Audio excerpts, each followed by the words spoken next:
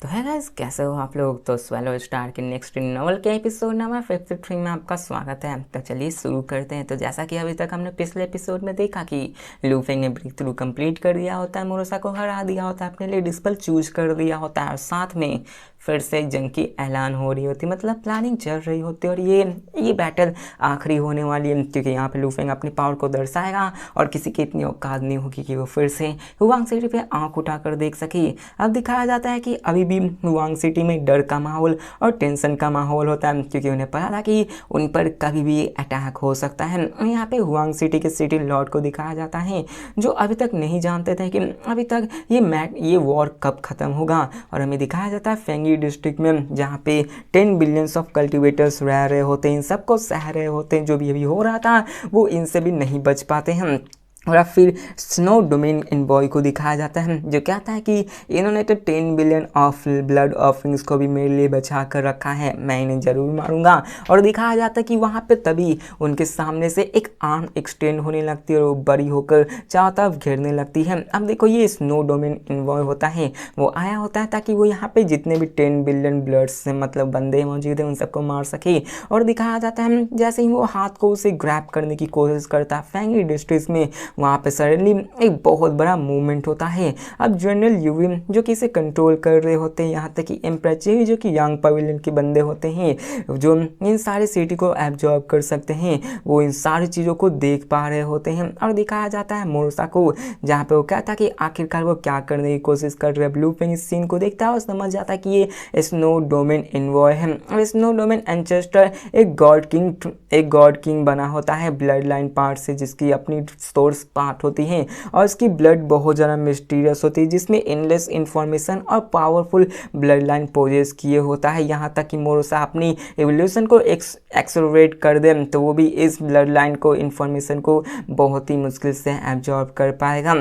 और यहाँ पे इसकी जो पावर थी वो बहुत ज़्यादा होती है। अब लूफिंग क्या आता है कि यहाँ पे ये तो फेंगी डिस्ट्रिक्ट के सारे बंदे को कैप्चर करने की कोशिश कर रहा ताकि ये इन सबको ऑफरिंग्स की तरह यूज़ कर सके। अब यहाँ पे लूफिंग वहाँ देखता और कहता है कि यहाँ पे मेरे सामने इसकी इतनी हिम्मत वो कि मेरे सामने आके इन सबको मारने की जरूरत कर रहा है। जिसके बाद लूफिंग कहता है कि चलो देखता हूँ, और वो वहाँ से गायब हो जाता है। अब यहाँ पे मोरोसा समझ जाता है कि यहाँ पे मास्टर लड़ने के लिए तैयार है, और वो कहते हैं कि मास्टर को जब मन किया वो फाइट करने के लिए चले जाते हैं। पता नहीं मैं कब फाइट करने के लिए निकलूंगा। अब देखो, लूफेंग की बात अलग है, लूफेंग ने कभी कभी ही अटैक किया होता है, लेकिन अगर मोरोसा को फ्री कर दिया जाए मारने के लिए, तो मोरोसा को हम जानते हैं वो एक सेक्टर बीस्ट है, जिसका पैदा ही होना का मतलब था डिस्ट्रक्शन। और यहाँ पे उसे खुला छोड़ दिया गया तो डिस्ट्रक्शन ही तबाही मचाते जाएगा, अपने से लेवल के ऊपर वाले बंदे को भी मारता जाएगा। लेकिन अभी के फिलहाल यहाँ पे लूफेंग इसको रिस्क नहीं लेना चाहता था। अब दिखाया जाता है स्नो डोमेन एनवॉय को,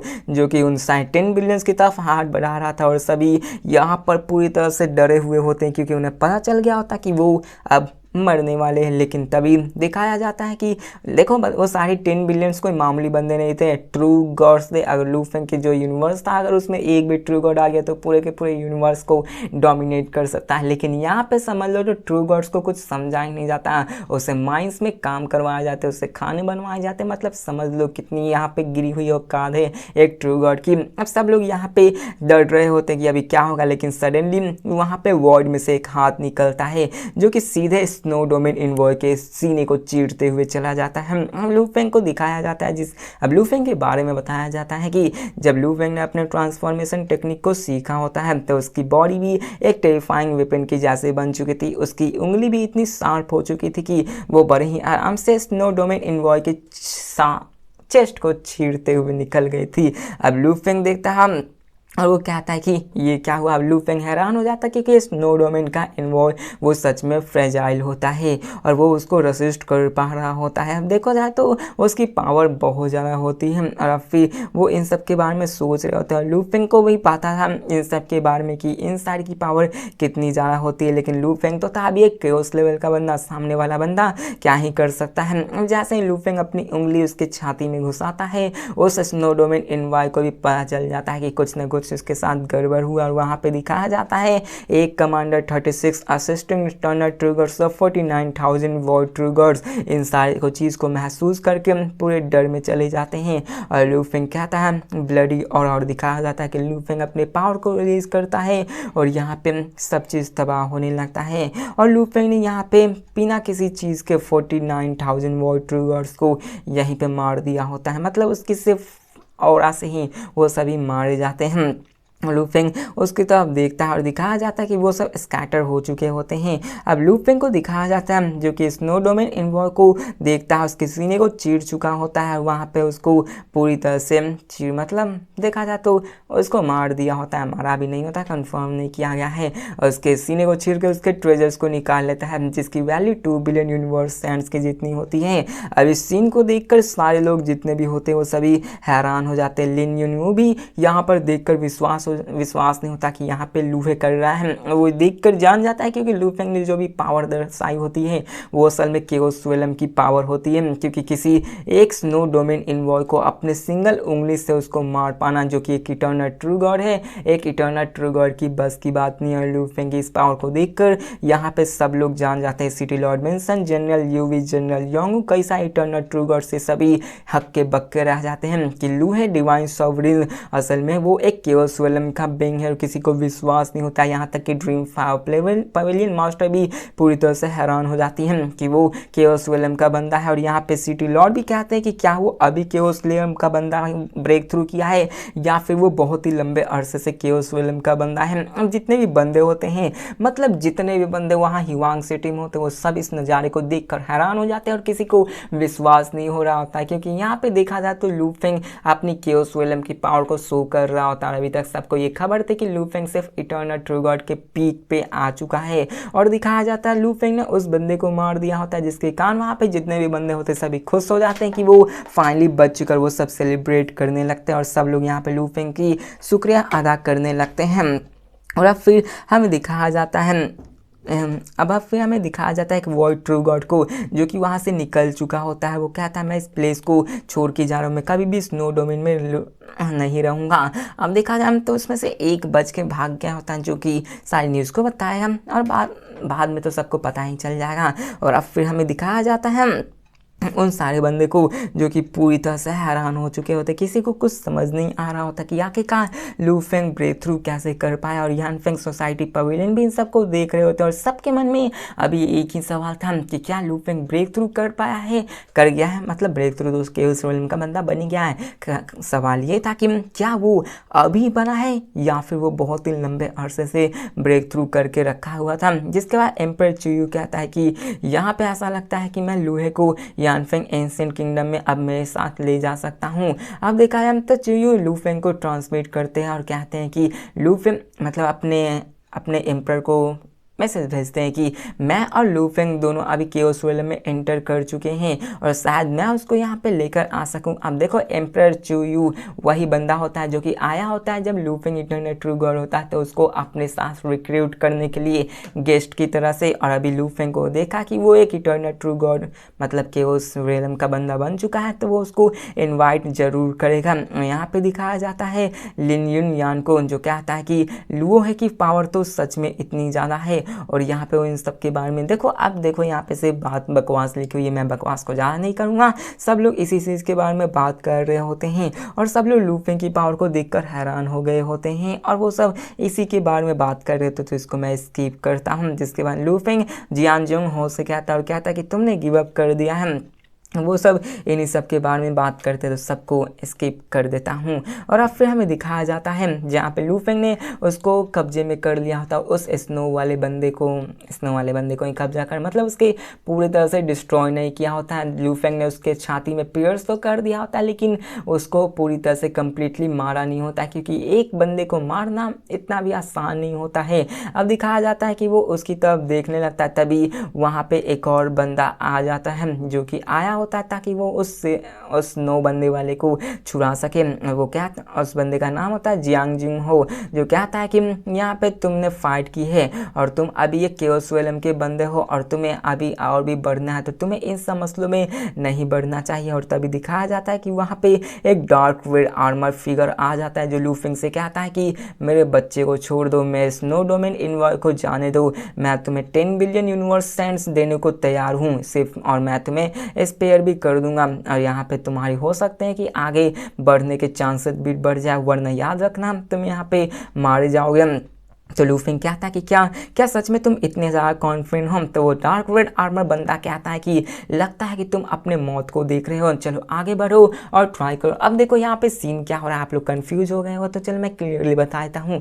अब लू फेंग ने उस बंदे को गिरफ्त में कर दिया होता है। वहाँ पे सब लोग हैरान होते हैं कि आखिरकार लू फेंग कब ब्रेक थ्रू किया। अब यहाँ पे लू फेंग ने उसको कब्जे में कर लिया होता है, लेकिन साथ में वहाँ पे एक और बंदा आ जाता है जो कि रेड डार्क आर्मर में होता है, जो कि आके लू फेंग को धमकाने लगता है कि मेरे स्नो डोमेन इनवॉय को जाने दो, मैं तुम्हें कंपनसेट कर दूंगा, अगर तुम ऐसा नहीं करोगे तो हम तुम्हें मार देंगे। तो लू फेंग कहता है कि क्या तुम में इतनी ज़्यादा कॉन्फिडेंट है? तो रेड आर्मर वाला बंदा कहता है कि अगर तुम अपनी मौत को देख रहे हो तो चलो आजमा लो। और ये देख कर तो लू फेंग भी अपने हाथों को आगे करता है, फोर्स लगाता है। अब यहाँ दिखाया जाता है कि वो टेरिफाइंग यंग मास्टर यान पूरी तरह से धूल में मिट जाता है, जिसको देखकर जियांग जोंग हुओ और पवेलियन मास्टर स्टन हो जाते हैं। और वो कहता है कि तुम्हारी इतनी हिम्मत कि तुमने मेरे सामने ही मेरे बंदे को मारा। तो लू फेंग कहता है कि चलो आओ, मैं भी देखता हूँ कि मेरी मौत मुझे कैसे मिलती है। अब यहाँ पे यानफेंग पवेलियन और बोथ चियो और डिप्टी पवेलियन मास्टर इस चीज़ को देखकर हैरान हो गए होते हैं। भले ही लू फेंग के पास